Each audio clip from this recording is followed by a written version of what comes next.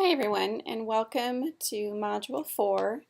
This is our instructional recorded screencast with or without a related expert interview. So we'll go ahead and get started. As an overview, which I like to do, we are going to be talking about synchronous and asynchronous screencasting, essential questions. So and those essential questions will become your discussion board questions. We're also going to look at personal learning networks and some samples of those. And the reason for that is we're going to be using some of those personal learning networks, and they often have interviews on those. We're going to use those as samples for the content of what your screencast will look like. So, and then hopefully you'll sign up for those PLNs while you're out exploring them and kind of get used to really interacting with other experts in the field and seeing what sort of online professional development is out there for you. There's a lot of resources, and so even if you just pick one and sign up, that will be great. A great way to get started. And you'll be a lot further along than most other people, most other teachers at this point. And then we're going to apply our knowledge by looking at online and flipped learning, some models, methods, and storytelling and tech tools for you to do that online flipped learning. I can pretty much guarantee that you'll be working with flipped learning or online learning in some regard in your classrooms, probably at all grade levels, whether it's informal tutoring, whether it's working with other teachers at your school. In an online format, you'll be doing some sort of online or flipped learning. And so, and then we're going to look at our essential discussion board questions again, and then walk you through step by step of this assignment and really prepare you to launch out and get it done. And so let's go ahead and do that. So our questions for this module is, what is the benefit of an online personal learning network? You can just give me 2 or 3 items that you think would be beneficial of joining one of those types of groups. And then I'd like you to pick one, and I'm going to show you several examples, and you can pick one of those or you can venture out and pick another one. One that I haven't included in this module is Twitter, but you certainly could list Twitter if you wanted to do that. And we're going to talk about Twitter with our next module, Module 5. So, and then what are 2 to 3 benefits or drawbacks of online learning? And you can list just 2 to 3 total. I don't need a full paragraph or anything, but give me 2 to 3 benefits, or maybe 1 benefit and 2 drawbacks. You get it. And number 4 is, what are 2 to 3 types and tools of online learning you will likely use in your classroom? So give me some samples, just 2 to 3 ways that you'll be using online learning in your classroom. I kind of give you a couple of ideas on the intro, and then maybe some tools, and you're going to learn about a lot of tools. I've included a lot of tools in this presentation.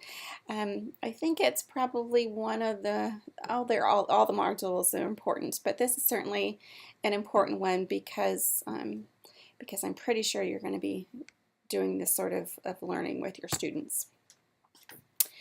And so I wanted to give you a little bit of vocabulary because there are a lot of new words introduced with this module. You're going to see asynchronous, blended, flipped, hybrid, podcasting, vodcasting, screencasting, synchronous, virtual meeting, web conference. A lot of those terms are thrown around a lot these days, and until I really got my feet wet in the whole sector, I really didn't quite grasp all of it, and it's been slowly emerging over many years, but then has really caught on over the past few years as schools have went one-to-one mobile, like with Chromebooks or iPads or that sort of thing.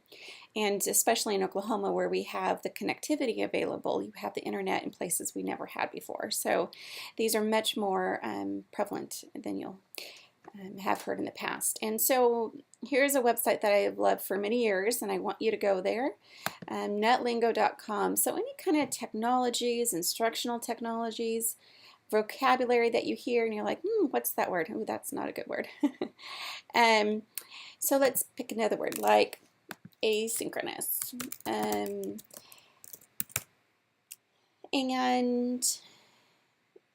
you'll get several definitions. Here's the one that's asynchronous learning for sure. The name of a self-paced course taken via the internet or CD-ROM, and that's exactly right. So it could also be a asynchronous learning session. So it doesn't have to be a full course. It could just be an asynchronous learning session. So like this one. And those of you enrolled in my 100% online class, you are doing asynchronous learning for the most part, although I've switched that up a little bit this semester with the fact of adding in those Google Hangout informal chats. And so those are synchronous learning, and so are synchronous sessions. Okay, so anyhow, go ahead and define those vocabulary which they show here on NetLingo, and bookmark the site or put it in your Digo, because you'll want to visit this site again and again and again. As all these new words come up that you don't understand, you can go to NetLingo and it will most likely be here, and you would not find these words oftentimes in a traditional dictionary because this is such a new and emerging field, which keeps it exciting for me. Okay, so here's your anticipatory set. So this is one of my favorite videos. I used to teach, I was guest lecturer for using technology for nonprofit social entrepreneurship ventures. So I helped folks that were in a master's degree of social entrepreneurship at Pepperdine learn ways to integrate technology into their future nonprofit or current nonprofit. And that's one of my areas of expertise is social entrepreneurship, which are nonprofit corporations. Anyhow, so this is one of the videos I use with them a lot. Sasha Strauss is a very successful marketing professional in Southern California, has a huge firm connected, I think, with USC. And so he is a wonderful expert. He's a wonderful storyteller. And this is about 15 minutes long, the video. I'm not going to watch the whole thing with you on this recording, but I do want you to take a break from the PowerPoint, click on the link, and then go ahead and watch Sasha Strauss. Hi, everyone. Okay. So I thought you'd be able to relax if you knew actually how my speech was going to flow. Just to make it easy for you, so there will be peaks and valleys, as you can see. This is just a photograph of a wall of my house. I took all of the doodles, threw them up on the wall so you get a sense of it. I thought you'd be more present if you knew how I was going to communicate and what it was I was going to share. Okay, so you can go ahead and watch that video, and I'll give you an introduction, or a little bit more of an introduction. He talks about the essentials of storytelling, and he does a great job with the presentation in the background. He uses photos and videos, and of course he's live there talking. This is an example of an excellent way to give a presentation. I'm sure you've all sat through those instructors or lecturers who had PowerPoint with tons of texts and bullets and they read everyone for you. That's not how you do it. You give folks handouts of all of that detailed information, and then your presentation should look a lot more like what you see with Sasha Strauss here. So, and not all of it's computer generated. You could see a lot of this is handwritten notes. Anyhow, listen to him, and he is great about marketing and storytelling, and I think you'll really enjoy him.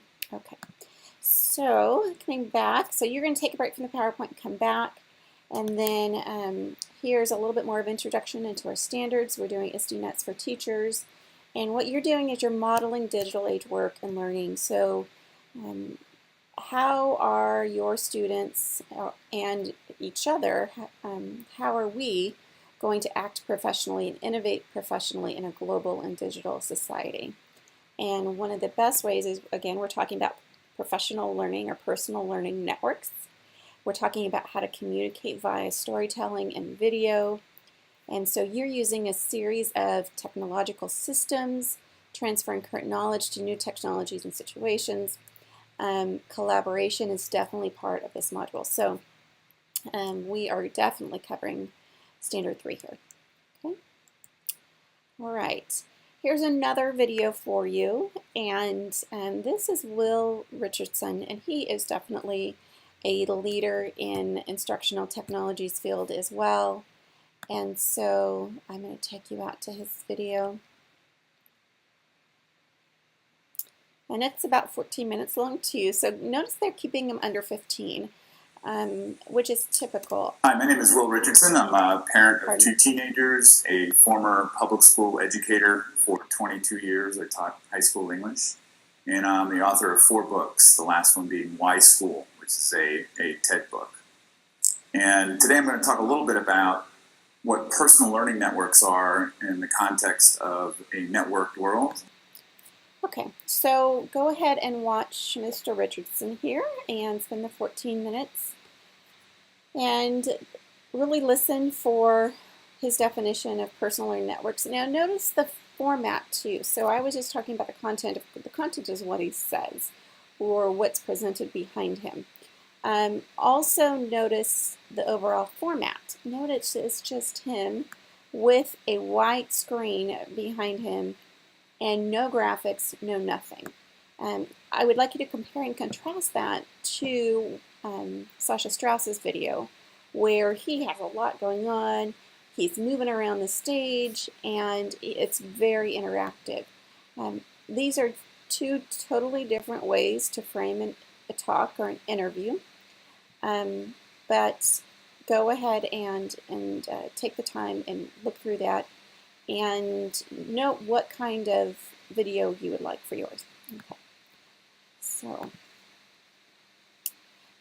here is the Educational Online PLN, so go ahead and visit that as well. Okay. And this gives you a little bit of text, more text information. You have this great little Wordle right here. Some of you have used Wordle in your assignment, which is great. And it gives you an overall video of what's a PLN, and so you have several different videos. Go ahead and take the time to really delve in there. Okay.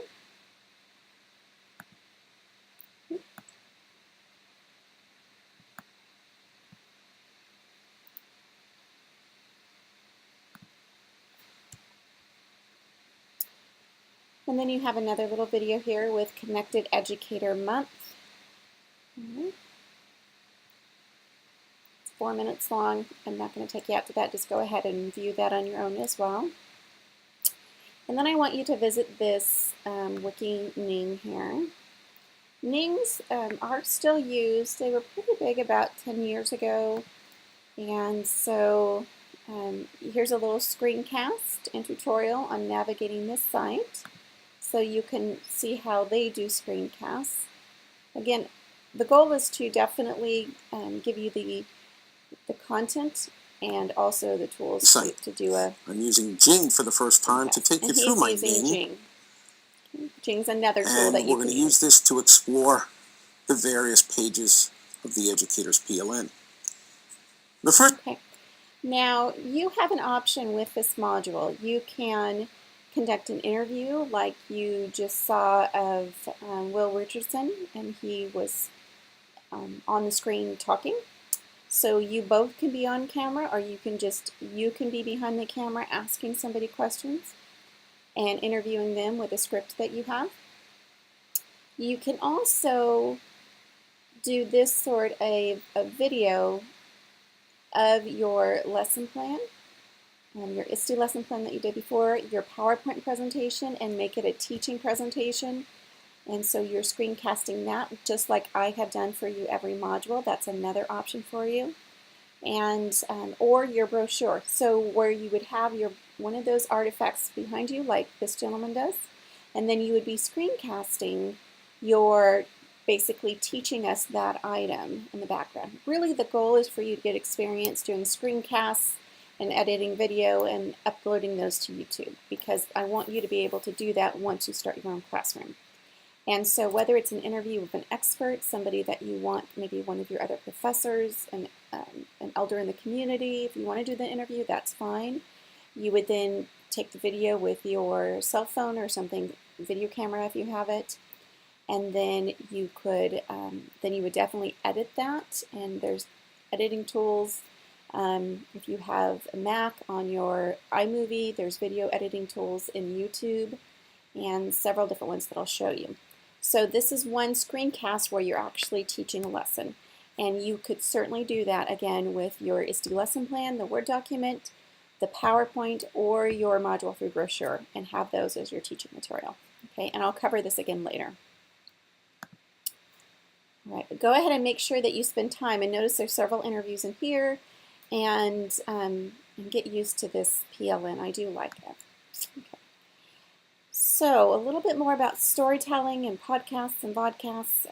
This is an inexpensive book about 23 storytelling techniques from the TED Talks. Now, TED Talks are, if you don't know, they're a series of generally leaders in a field in any sector, and they just about every sector you can imagine. And they'll generally do, it's about a 5 to 15 minute talk. I think generally it's about no more than 15. Like you saw Sasha Strauss, that was a TED Talk. And it's highly engaging, it's straight and clear and to the point, and these are the techniques to really create those powerful short TED Talk videos. Okay, go ahead and preview that book. Then I also wanted you to have some existing leaders, K-12 leaders, that curate, that they they store these videos on their website. So they do interviews, like here is Cool Cat teacher, Vicki Davis, and she has a massive amount of followers on Twitter and her website and everything. She's probably one of the more prolific bloggers on K-12 education and innovative learning that I know of. And so she does a bi-weekly podcast of interviews in the sector and then hosts them on her website. So go ahead and visit Miss Davis's website and look at, she has all these sponsors, and she's been featured in the Washington Post. She's actually a real K-12 teacher in the classroom and obviously a global leader in the sector. And then as some other examples, my friend Debbie Curdy from Pepperdine has agreed to Google Hangout with us, so I believe that's still going to work. This is her website, so you're going to be able to meet Debbie, and even if you're not in the session, we'll record it and you'll get the privilege of watching that interview or that video with Debbie. She's going to come talk to us about Maker Ed, or what she calls tabletop inventing. That it's a company that she founded with her husband, and they've been traveling all over the country and doing a lot of virtual meetups or interviews of experts as well. And this is her website, and she has a whole list of experts she's interviewed and recorded the screencasted and recorded the session, just like you're going to be doing. And here's another friend of mine. He's actually out of Canada, but he was a Pepperdine master's grad as well. And he interviews leading thinkers in various sectors, and then again posts them on his website. His company that he founded is Mindshare Learning Technology, and he's got quite a following, especially in Canada, which is where he's from. I get the Mindshare Learning Report, so you can subscribe to that as well. Okay. And then here's some digital. I wanted to actually give you real-world tools. That was a lot of the content and conceptual information that you needed. Now here is the actual tools. So here are some apps for mobile devices that you need, and you can use these for the content. If you decide to do a instructional video or interview outside of what you've already done and you want to use a new tool, here's some possible tools for you to use. Okay. And then going on to some other programs and concepts. There's also iNacall. They have several videos and screencasts on their website, and so you can go ahead and visit them. I also just wanted you, while you're looking at personal or professional learning networks, this K-12 online learning organization is very good for you, and they talk a lot about asynchronous learning and hybrid learning and blended learning, all of that. Okay, and they're one of the leading organizations for that.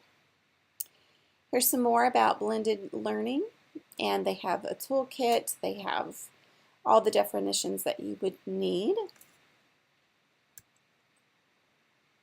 And then the last resource is flippedlearning.org or flippedclassroom.org. Lots of resources so that when you're actually in your classroom and you're creating these videos, you're doing these interviews of experts, maybe it's even experts just in your district or parents of the students in your school or in your classroom, here are some good strategies and resources to help you curate that knowledge and turn your classroom more into a flipped classroom, which is basically all the content is put online, and then when you're in class, it's about them students making meaning and working on projects together. But all of your teaching content pretty much goes online.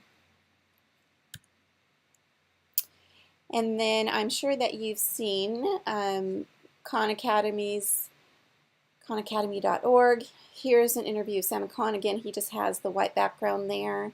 And this is a little bit of introductory to Khan Academy. He has a lot. This is a virtual flipped school, and all the subjects you can imagine. He's had experts that create video after video and just post them online. So a lot of homeschooled students use this resource. I know a lot of K-12 schools supplement their curriculum with Khan Academy videos. And it's a great example of doing interviews and of experts like Mr. Khan there, and then also of providing teaching content and screencasting that content and making that available. And then here is an example of an organization here in Oklahoma. This is a friend of mine, Mr. Pugh. He founded an online charter school for students, for youth that had been in our juvenile justice system. And so they found that these students were losing a lot of instructional time, and so they created this charter school for them so that they could learn wherever they were in an online virtual format. And of course there's lots of screencasting and instructional tutorial videos and all of that. All that you're going to be doing in that module, they certainly use in this online charter school. Okay, and then here's some digital storytelling apps that you can use. I'm going to explain everything, but there's a lot others, and it tells you what their cost is, what device they work on, how useful, the 5 being the most useful, how easy they are. So there's some more resources for you. Okay. And then also here's some web conferencing or screen recording tools, screencasting tools that you can use. We have Big Blue Button here on campus. There's Any Meeting. I have not used that. Of course, I've used Google Hangout. There's Manage Meet. Okay. So you're welcome to try these out. You can create a free account, use them at your leisure. And then here is a new slide that there's 5 free tools for recording Google Hangouts. I haven't used all these tools either, but Mashable is a very highly regarded publication, and typically their recommendations are pretty good. Okay, so go ahead and check those out. Give me feedback on them. If you like them, great. If you don't, that's great too. Let me know what you think. All right. I was just really trying to identify free tools for you to be able to screencastify your recording. Okay. Here's the one I like, and it is you can get it for free for the first 10 minutes. You get 10 minutes of free recording, so that would work for you for this project because you only need a 5-minute video, but you have to be really clear and concise on that 5-minute video or even make sure that you keep it under the 10 minutes for free. I usually record way more than I need and then edit it back. And so, this 10-minute limit may work for you, the free version. I do a lot of these screen recording or screencasting videos, and so I went ahead. It's a one-time fee. It's 20 euros. It's about $22, I believe. And you sign up with your Google account. You don't have to, it's not a monthly fee, you don't have to repay, etc., etc. So if you can find the extra $20, I highly recommend it. Okay. It then becomes an app right in your Chrome browser, and as you can see, I'm using Chrome for just about everything now because I like these little apps. And here, this little movie reel, or it looks like a movie film strip, is my Screencastify app. And so I can just click right on that when I'm ready to record, and ask me if I want to record my whole screen or just a section. You'll see in this video how to use Screencastify. It's super easy. When you can upload it to YouTube or to Drive, and it just gives you a link, then you can share. I think I've shared a Screencastify with you last week. Okay, highly recommend it. I also highly recommend Camtasia. It's definitely much more comprehensive, and you have a lot more features than you do with Screencastify. It's a little more complicated, and it's definitely a lot more expensive. I gave you a direct link to their free 30-day offer. You should be able to start and finish your video in 30 days. In fact, it's due on April 2nd, so you'd have to start and finish it before the due date. But the academic version even is, I think, about $120, and then their full version is like $3.99 or something. It's great. That is expensive, and you can certainly get a free account for the purposes of this assignment. So either that or Screencastify, whatever tool works for you. I'm just wanting to give you plenty of choices, so if one doesn't work, another one will. And then there's Explain Everything. It's $2.99 download, and you can record. It's basically like a virtual whiteboard, and so anything you put on this whiteboard, including recordings, pictures, drawings, everything, can go right on to Explain Everything, and then there's your link to that app. Okay. Here's a little bit more of an explanation about Record Everything, and it's 7 minutes long. You can go ahead and watch that video, and it gives you, we'll go there quickly now. It gives you a step-by-step walkthrough of how to use Explain Everything. In this video, we will explore recording and Explain Everything. When you start a new Explain Everything file, it's important to save it right away.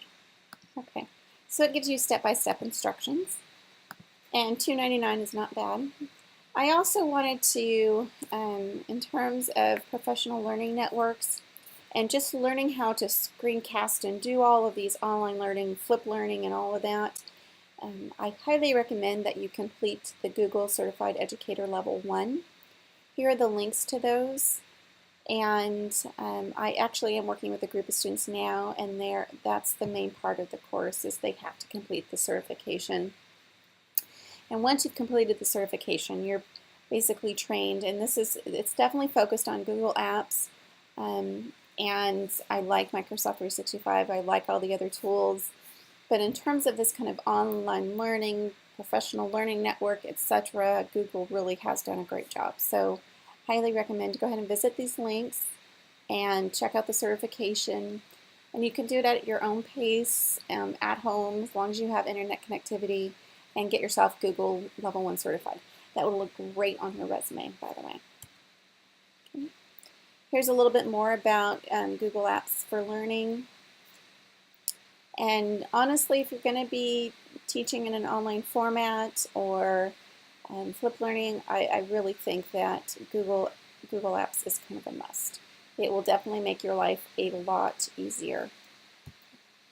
And I take no money from Google. I'm not paid in any form by them. Okay. And so with all of that, that was a lot of information. Wanted you to do a little bit of reflection and read this short article on the Connected Educator. So you can go out, follow that link. And then here we're revisiting the discussion board questions. I read them to you in the beginning. Go ahead, and again, please, you don't have to write even a full page, just a couple of sentences each, 2 to 3 sentences, and keep it clear and concise with, I think I have about 70 students and 3313 total, so I don't have time to read really lengthy posts. So just keep it clear, answer the questions, and keep it concise. You have plenty of other work to do. Okay? Okay. Last thing to extend is step-by-step instructions. So I'm going to go through these step by step. So what I want you to do first is watch this video, read the PowerPoint, take notes on all of Module 4. Okay.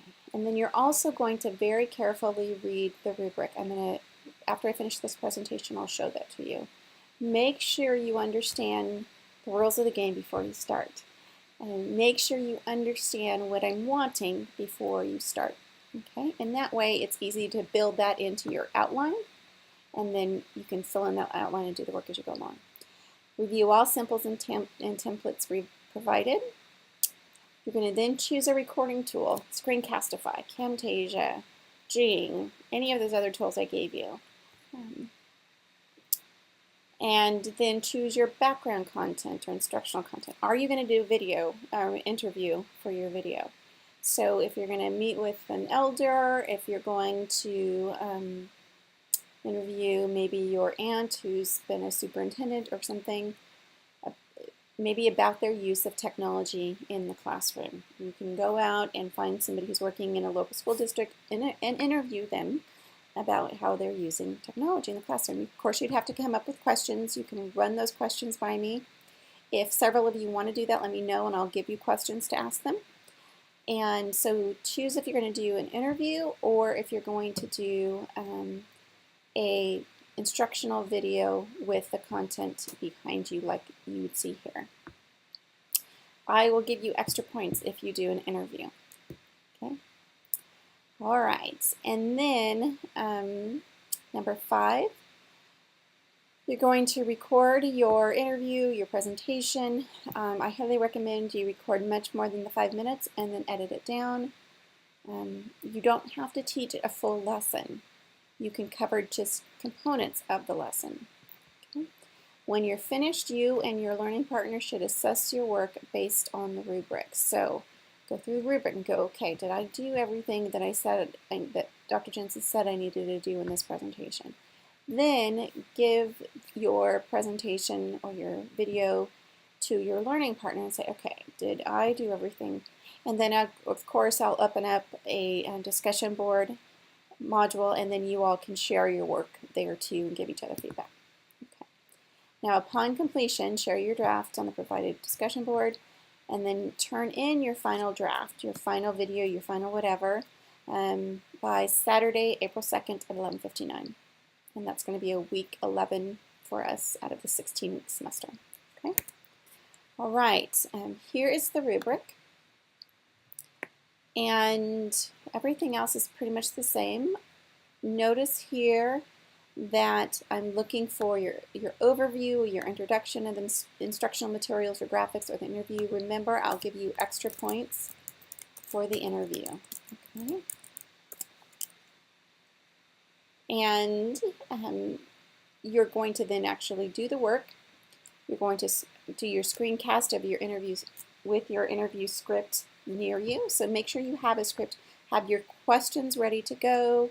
If you're going to be interacting back and forth, have that script ready to go, and or your lesson plan provided. So that's why I'm giving you extra points in the interview, because you're going to have to write those interview questions or the script, and it doesn't have to be real long. Remember, you only have 5 minutes, so you're not going to get through a lot of questions at that point. You can do a much longer interview and then maybe edit it down and turn in 5 minutes of the most important question and answer session. Or then you already have the other materials, your lesson plan or your presentation or your brochure ready to go. Okay, so that's your content that I'm going to be looking at. And then after you have that content, you've recorded your screencast, you've recorded your interview via screencast, then you're going to edit that video to the most pertinent information for a total length of under 5 minutes. So if you have 45 minutes of video, you need to edit that back to just 5 minutes. And then you have your closure and reflection. Your contact information should be provided. Okay. Make sure that you do that at the end of the video, okay, so that I know who it is. All right, and then design. This is really important. Brevity. Make sure you stay clear, concise, and on topic. Make sure that you have transitions, either verbal or slides like we do in the presentation here. Stay consistent and use standard fonts on those slides. Stay consistent in general. And then you can include explanatory videos or websites or whatever, just like Sasha Strauss did in the background, okay? Or like I often do in the background. And then writing mechanics, any of your writing, just make sure that there's no spelling or grammar errors. Make sure that I have a cited reference list and make sure it's original work. And then at the end, make sure that you've uploaded it to YouTube and shared the link with me. So you will need to create, actually your Gmail account automatically provides you with a YouTube account. You can go ahead and upload your video there. And you can also do editing in YouTube, so maybe you want to use that feature. But go ahead and upload it, and regardless, share that link with me. And if you click on your Google account, and then one of the apps there is YouTube. So go ahead and visit YouTube there, and then you'll automatically be logged in, and then you can upload. There's an upload button at the top right. Okay. If there's more questions, please feel free to contact me. Have a good day.